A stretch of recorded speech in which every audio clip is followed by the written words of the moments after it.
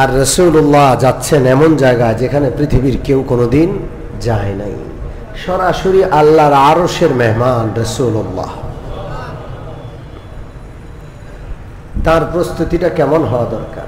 তবে আমাদের মতো জামা কাপড় গোছানোর প্রস্তুতি না, ওখানে যেতে হলে আধ্যাত্মিক একটা শক্তি দরকার, ওই রকমের বক্ষ দরকার।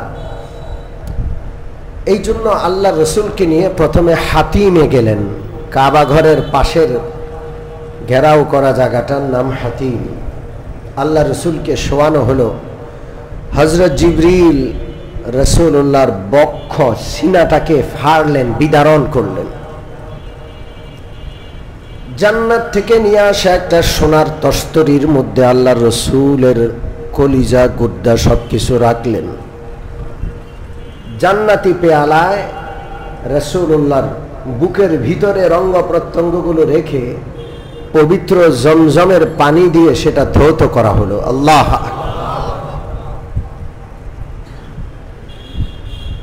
এই জায়গায় প্রশ্ন হয়, জান্নাত থেকে যদি পেয়ালা আনতে পারে, জান্নাতে পানি নিয়ে আসা ওই পানি দিয়ে ধুইলেও তো চলতো। এখানে জবাব দেওয়া হয়েছে, আল্লাহ তাআলা জান্নাতের যেটা দামি পানি সেটা দুনিয়াতে জমজম নামে পাঠিয়ে দিয়েছেন। জমজমের অনেক মূল্য। এই জন্য আল্লাহ রসুলের হাদিস আছে, মা উ জমজম লিমা শুরিবা লাহু। জমজম পানি এমন পানি, যেই উদ্দেশ্যে আপনি জমজম পান করবেন আল্লাহ সেই উদ্দেশ্য সফল করে দিবে, দোয়া কবুল হয়ে যায়। বড় দামি পানি, জান্নাতি পানি। আল্লাহর হাবিব সাল্লাল্লাহু আলাইহি ওয়াসাল্লামের বক্ষ মুবারক বিদীর্ণ করার পর জমজমের পানি দিয়ে ধৌত করা হলো। আল্লাহ রাব্বুল আলামিনের পক্ষ থেকে নিয়ে আসা নূরে নবুয়ত, ইলমে নবুয়ত দিয়ে আল্লাহ রসুলের সিনা মুবারক পূর্ণ করে দেওয়া হলো। ঐশী জ্ঞান, আল্লাহ প্রদত্ত ঐশী ইলম দিয়া রাসূলুল্লাহর সিনাকে ভরপুর করা হলো। সবকিছু প্রতিস্থাপন করে দুইটা চাটনা একসাথ করে আবার জিবরিল আমিন হাতটা বুলিয়ে দিলেন, সিনাটা আগের মতো হয়ে গেল। এটা ছিল প্রস্তুতি, ঊর্ধ্ব জগৎ ভ্রমণের প্রস্তুতি। আর না হয় কলিজা ফেটে তো মানুষ মরে যায়। কথা ঠিক কি ঠিক না? বোরাক আনা হলো। বোরাক ভ্রমণের চূড়ান্ত লক্ষ্য হইল আরশুল্লাহ। মাঝে একটা যাত্রা বিরতি, সেটা হলো বাইতুল মুকাদ্দাসে। কোথায়? আমরা যখন চিটাং যাই মাঝে একটা যাত্রা বিরতি হয়, হোটেল বিরতি, 20 মিনিট আধা ঘন্টা, একটু ফ্রেশ হই, একটু আবার নতুন করে নবা উদ্যমে বাকি সফরটুকু সুন্দরভাবে রিল্যাক্সে কাটানোর জন্য একটু ফ্রেশ হই, প্রস্তুতি নেই। ঊর্ধ্ব জগতের ভ্রমণের জন্য রাসূলুল্লাহ সাল্লাল্লাহু আলাইহি ওয়াসাল্লাম যে পথ চলেছেন সেটার মধ্যে একটা বিরতি হলো, যাত্রা বিরতি। কোথায়? বাইতুল মুকাদ্দাস। বোরাকে উঠলেন, বোরাক বাইতুল মুকাদ্দাসের দিকে ছুটল। বোরাক এমন একটা বাহন যেটা পৃথিবীতে নাই। এটা একটা প্রাণী, খচ্চরের চেয়ে ছোট, গাধার চাইতে বড়। জান্নাতে গেলে আমরা বোরাক পাবো ইনশাআল্লাহ। বোরাক এত দ্রুতগামী একটা বাহন যে এর এক কদম আরেক কদম থেকে এত দূরে গিয়ে পড়ে, চোখের দৃষ্টি সীমা যত দূরে যায়। আল্লাহর হাবিব সাল্লাল্লাহু আলাইহি ওয়াসাল্লাম বোরাকে আরোহণ করলেন। জিবরিল আমিন রাসূলুল্লাহর পিছনে বসলেন। বোরাক যখন রওনা করল, প্রথমেই এক বুড়া দুষ্ট, চুল পাকা, দাড়ি পাকা, গায়ের পশম পাকা, হাত তুলে দাঁড়াতে বলে, একটু দাঁড়ান। জিবরিল আমিন বললেন, দাঁড়ানো যাবে না, চলতে থাকুন। কিছুক্ষণ পর এক বুড়ি, তুলতুলে বুড়ি, এই বুড়ি মেকআপ করে স্বর্ণ অলংকার পরে যুবতী সাজার চেষ্টা করছে। কোনো বুড়ি যদি যুবতী সাজার চেষ্টা করে দেখতে ভাল লাগে না বিশ্রী লাগে? জোরে বলেন। বিশ্রী, চূড়ান্ত বিশ্রী, বমি এসে যায়। এই বুড়ি রাসূলুল্লাহকে হাত তুলে দাঁড়ানোর জন্য অনুরোধ করে। জিবরিল বললেন, দাঁড়াবেন না ইয়া রাসূলুল্লাহ, চলতে থাকুন। আল্লাহর হাবিব জিজ্ঞেস করলেন, জিবরিল ওই বৃদ্ধ লোকটাকে আর বৃদ্ধা নারীটাকে? জিবরিল বললেন, ইয়া রাসূলুল্লাহ, বৃদ্ধ পুরুষটা হলো ইবলিস, শয়তান। আপনার সফরের মধ্যে সে বিঘ্ন সৃষ্টি করতে পায়তারা করেছে, একটু আপনাকে ডিস্টার্ব করার দুষ্ট পরিকল্পনা করেছে। আপনি দাঁড়ালেন না, সে কিছুই করতে পারবে না। বুড়িটা হলো দুনিয়া। দুনিয়ার আকৃতি হলো একটা বুড়ির মতো, একটা মেয়ে মানুষ, বড় ছলনাময়ী, বড় মারাত্মক প্রতারক। নারীরা যদি প্রতারক হয় এটা শেষ নাই। একজন দুষ্ট আর দুশ্চরিত্র নারী শত শত যুবকের চরিত্রের 12টা বাজায় দিতে পারে, ঠিক কিনা? এই দুনিয়া নামক এই দুশ্চরিত্র দুষ্ট নারী সারা জীবন কত মানুষকে সেকা দিছে, কত মানুষ দুনিয়ার প্রেমে পড়ে নিজের আখিরাত, নিজের পরকাল, নিজের জিন্দেগি সব খোয়া শেষ করেছে। এখন বার্ধক্যে উপনীত হইয়াও এই বার্ধক্য মেকআপ দিয়া ঢাইকা যুবতী সাজার চেষ্টা করছে। ইয়া রাসূলুল্লাহ, আপনাকে আকৃষ্ট করার চেষ্টা করেছে, আপনি দাঁড়ান নাই, আপনাকে আর ক্ষতি করতে পারবে না। পথ চলছেন, কিছু দূর যাওয়ার পর একটা সবুজ শ্যামল খেজুরের বাগান ওয়ালা একটা এলাকা, এত সুন্দর সাজানো গোছানো। হযরত জিবরিল বললেন, ইয়া রাসূলুল্লাহ, একটু থামুন, এখানে নামুন, 2 রাকাত নামাজ আদায় করুন। আল্লাহর হাবিব 2 রাকাত নামাজ আদায় করলেন। জিবরিল বললেন, ইয়া রাসূলুল্লাহ, এই জায়গাটা কি চিনেছেন? নবীজি বলেন, না। জিবরিল বললেন, এটা হলো মদিনা শরীফ।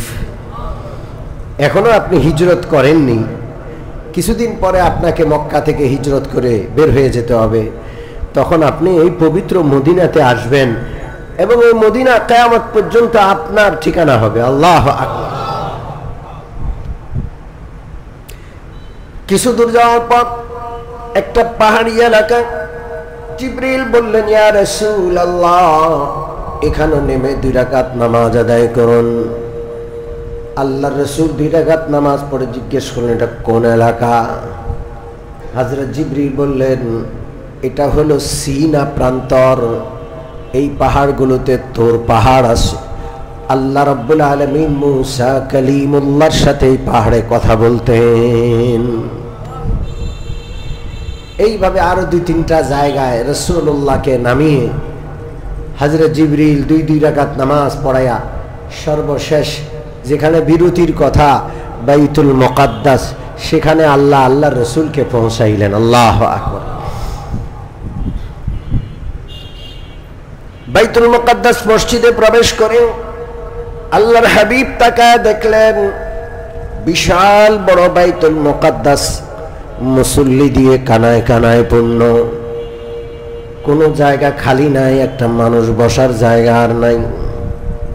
তবে আজকের মুসল্লিরা সাধারণ নবাবগঞ্জের কোনো মুসল্লি নয়, দুনিয়ার কোনো সাধারণ মসজিদের মুসল্লি নয়।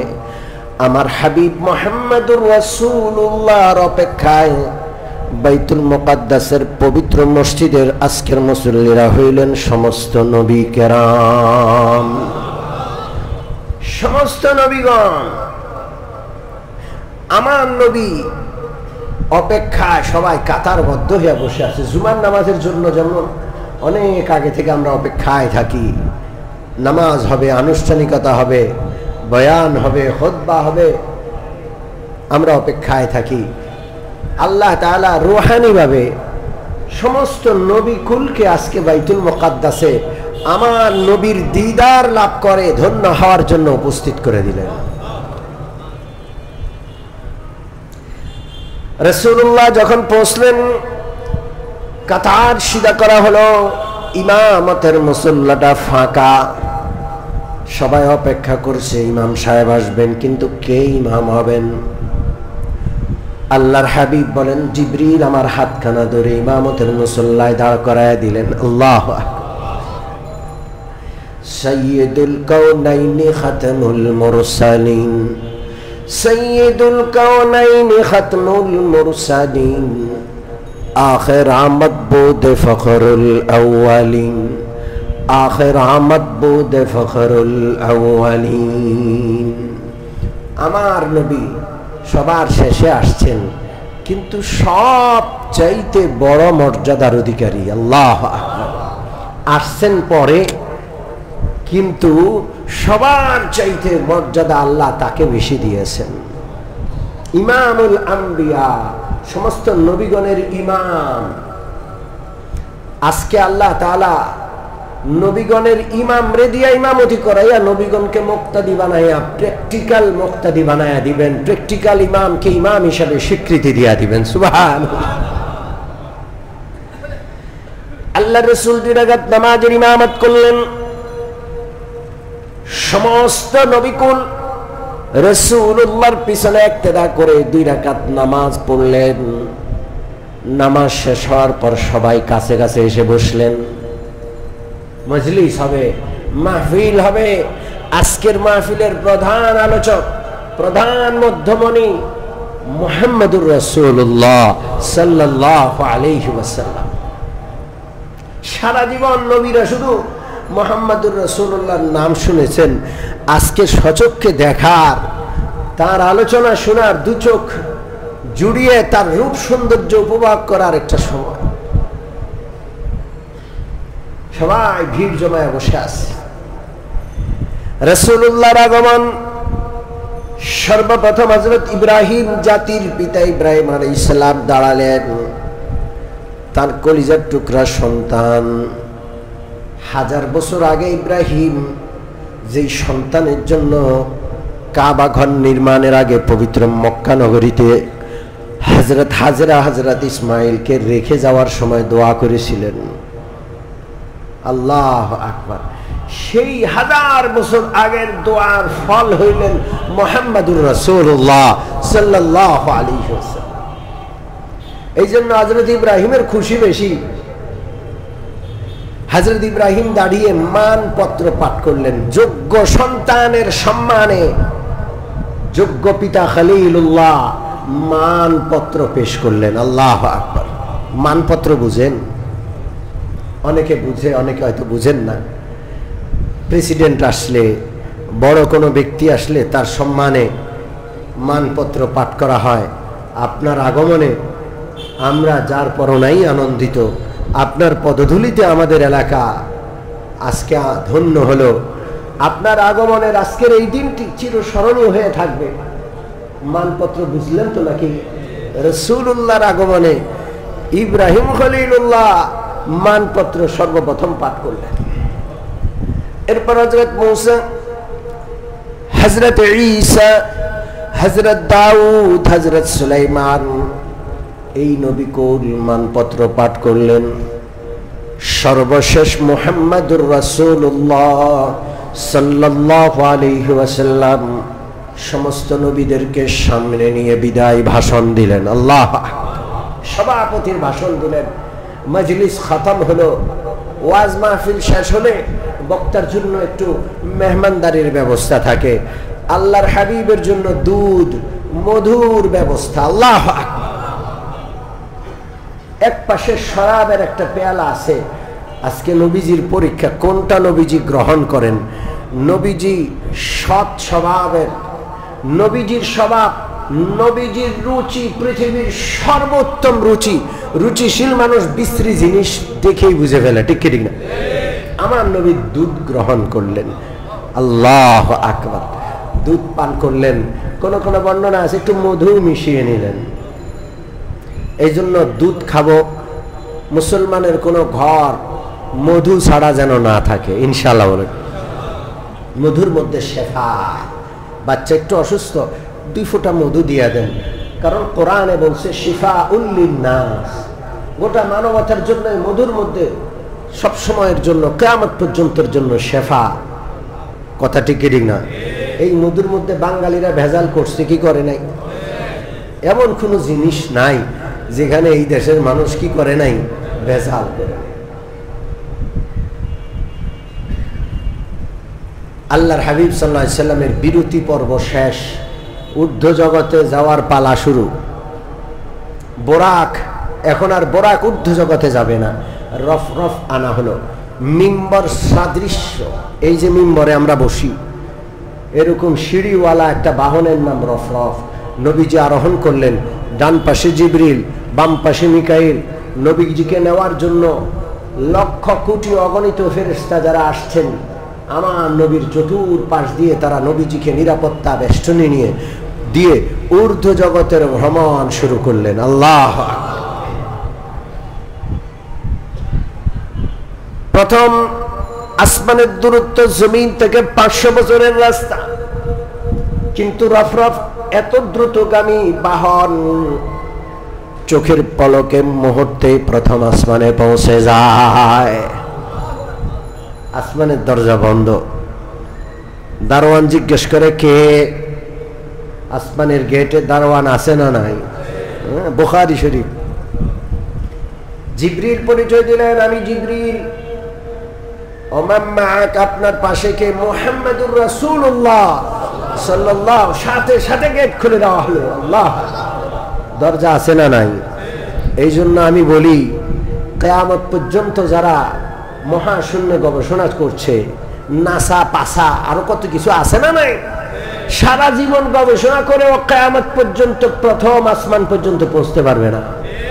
ওখানে দরজা লাগানো। আমার নবীকে 1450 বছর আগে আল্লাহ প্রথম ধাপেই তো প্রথম আসমান পার করাইলেন। দ্বিতীয় আসমান, তৃতীয় আসমান, সব আসমানের সব রহস্য দেখাইয়া আল্লাহর আরশে আল্লাহ মেহমান বানালেন। এই জন্য পৃথিবীর সর্বপ্রথম নবচারী, সর্বপ্রথম ঊর্ধ্ব জগতের ভ্রমণকারী হলেন মুহাম্মাদুর রাসূলুল্লাহ সাল্লাল্লাহু আলাইহি ওয়াসাল্লাম। গোটা পৃথিবীর উপর নাসা রাজত্ব করছে, নাসা দিয়া আমেরিকা রাজত্ব করছে। বিজ্ঞানের বুলি মানুষকে শুনাইয়া শুনাইয়া আমরা মুসলমানরা ব্যর্থ। না হয় আমরা মেরাজের ঘটনা শুনাইয়া কিয়ামত পর্যন্তের জন্য গোটা মানবতার উপর রাজত্ব করতে পারতাম। কোটি টাকার মালিক যেমন 5 টাকা দেখে হা করে তাকায় ভিক্ষুকের মতো হাত বাড়াইলে বোকা। যেই উম্মতের মেরাজের ইতিহাস আছে, যে উম্মতের নবী ঊর্ধ্ব জগৎ জয় করে এসছেন, সেই উম্মত দুর্ভাগা নাসার দিকে বিজ্ঞান ভিক্ষা করে।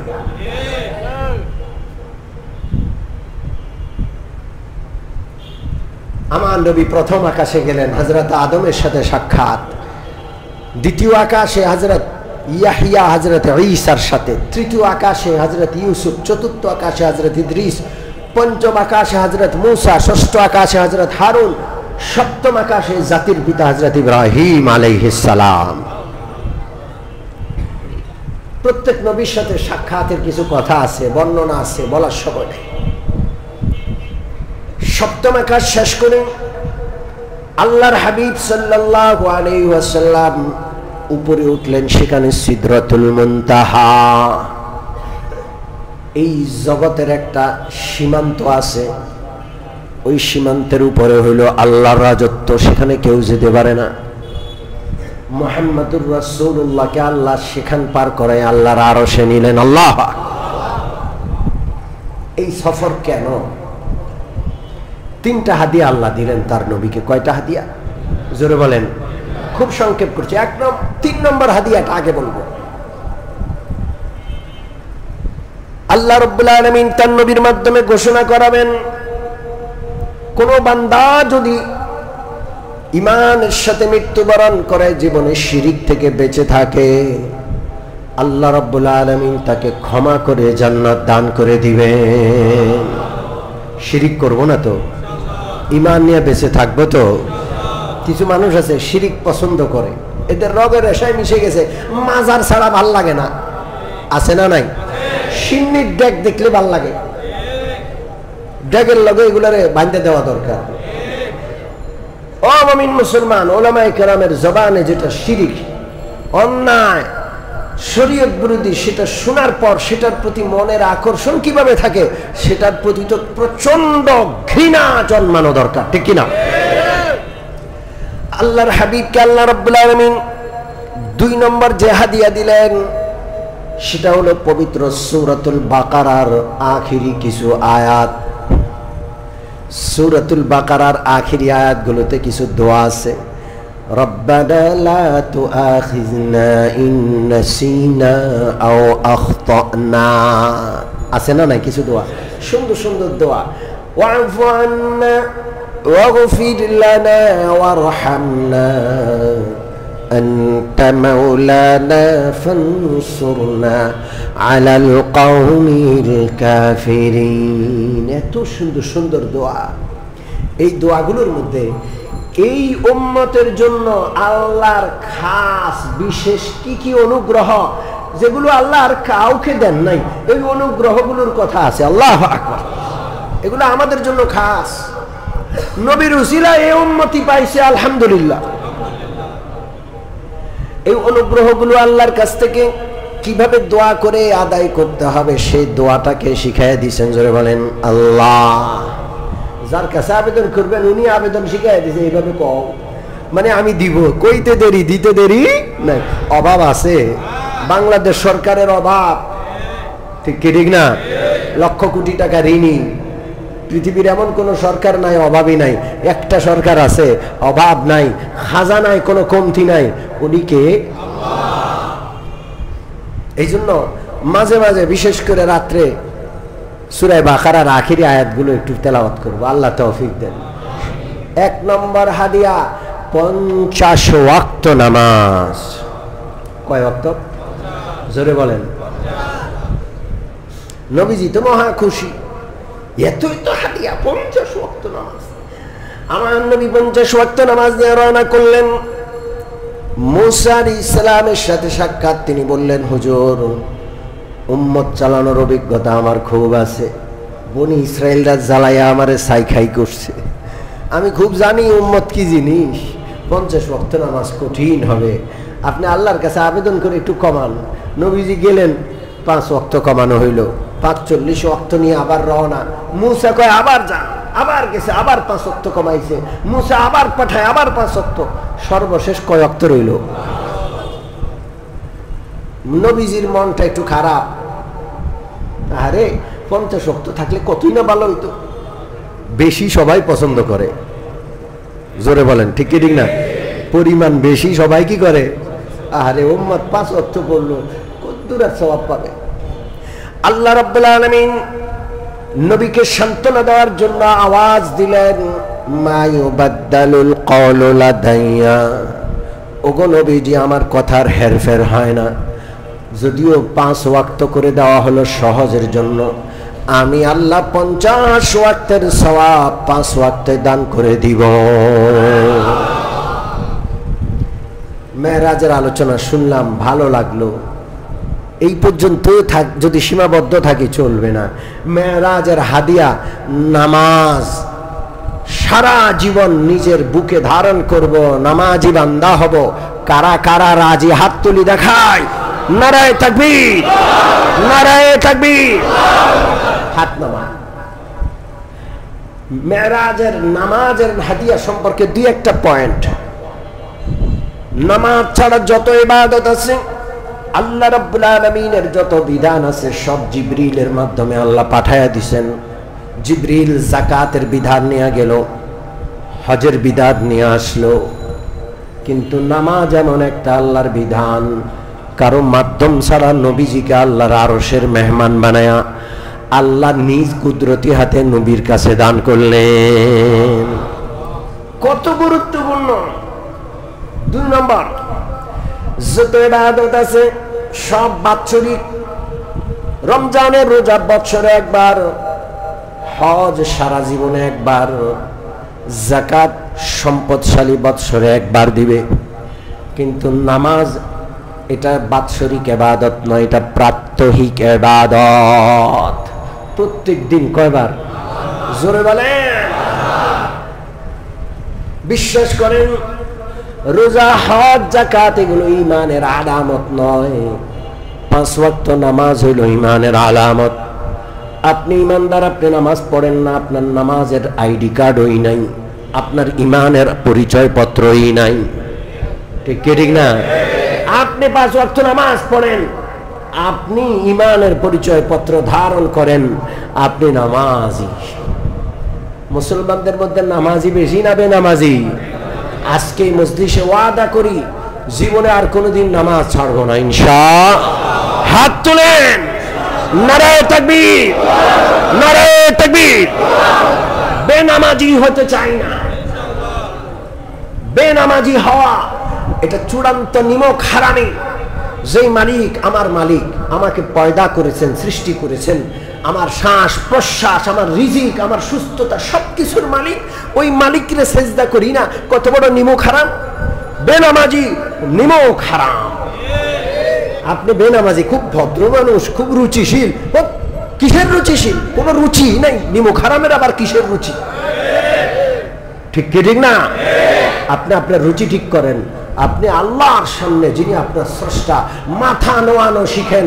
আল্লাহ আপনাকে ডাকছে 5 বার, মুয়াজ্জিনের কণ্ঠে সাড়া দেন। ঠিক কি ঠিক না? আমি আল্লাহ যদি তৌফিক দেয়, একটা লম্বা সময় নিয়ে নামাজের আলোচনা করব ইনশাআল্লাহ। আজকে শুধু এতটুকু পর্যন্তই। মেরাজের হাদিয়া গ্রহণ করলাম তো ইনশাআল্লাহ। মওত পর্যন্ত নামাজ ছাড়বো না ইনশাআল্লাহ। আমাদের জীবনটাকে আল্লাহ নামাজ দিয়া পরিবেষ্টন করে দিয়েছেন, ঘিরে দিয়েছেন, বেঁধে দিয়েছেন। সকালে ঘুম থেকে উঠলেও নামাজ, কিছুক্ষণ পর যোহর, কিছু সময় যাইতে না যাইতে আসর, আসরের পর দম নিতে না নিতে মাগরিব, মাগরিবের পর আবার শুইতে গেলে এশা। ওরে দিনের শুরু নামাজ দিয়া, আবার শেষ হোক কি নামাজ। কোনো কাজ মনোযোগ দিয়া করা যায় না। গোটা বিশ্বের অমুসলমান সকালে কাজ শুরু করছে, রাত পর্যন্ত কন্টিনিউ কাজ আর কাজ। আর আমরা এমন এক জাতি, কিছুক্ষণ কাজ করার পরে জোহরের ব্রেক, কিছুক্ষণ কাজ করার পরে আসরের ব্রেক, কিছুক্ষণ কাজ করার পরে মাগরিবের ব্রেক, কিছুক্ষণ কাজ করার পরে এশার ব্রেক। আরে নামাজের জ্বালায় তো কাজই করতে পারলাম না। আল্লাহ বুঝাইতে চান, তোর কাজ হইল আমারে সেজদা করা। চাকরি বাকরি, কৃষি, ব্যবসা, এগুলো তোর আসল কাজ না। পেটের দায়ে একটু করতে হয়, কর। আসল কাজ হইল আমি যখন ডাকবো সব ব্রেক করে আমার কুদরতি কদমে সিজদায় লুটিয়ে পড়। রাজি আছেন ইনশাআল্লাহ? আল্লাহ আমাদেরকে নামাজি বান্দা হওয়ার তৌফিক দান করেন। আমিন। ওয়া আখিরু দাওয়ানা আলহামদুলিল্লাহি রাব্বিল আলামিন।